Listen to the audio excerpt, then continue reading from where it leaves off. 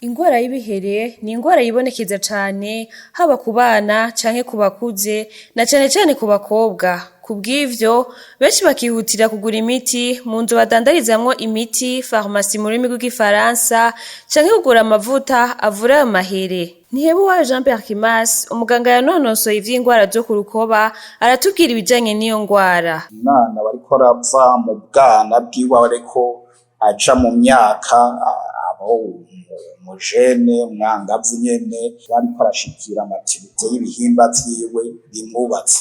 Hari abo biba bisanzwe, hari abo biza, hari n'abandi bitaza, hari abo biza ari vyinshi cane n'abandi bivyimba cane, mbere wanashaka hakazamwo n'amashira. Ico gihe aba ari ingwara, baraza tukabavura tukabafasha. Nayo ku bashaka kwivuza ibi canke biriya batagiye kwa muganga, muganga Jean Pierre Kimas aratubwira ingaruka mbi zavyo. Vyitwa ibihere bishobora kuza, abantu bakagenda bakabaha amapomade, ngo isabuni, ngo yaramvuye. Hari abantu benshi twakira tubona bagize ibibazo kubera ivyo bintu bagiye bisiga, batazi ivyo bariko barisiga, batazi n'ivyo bagomba kuvura ivyo arivyo.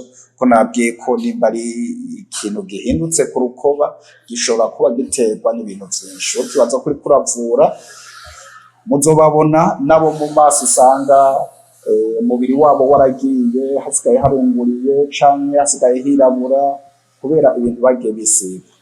Harimwo ivyica urukoba atari amavuta asanzwe. Vyiza rero bohora bitura abaganga babijejwe, ari vyo ku rukoba, abaganga bajejwe ingwara zo ku rukoba. Mwomenya ko ingwara y'ibihere ishobora kuvamwo izindi ngwara zikomeye nk'ibikomere, ubuvyimbe n'ibindi mu gihe itavuwe hakiri kare n'abavyigiye.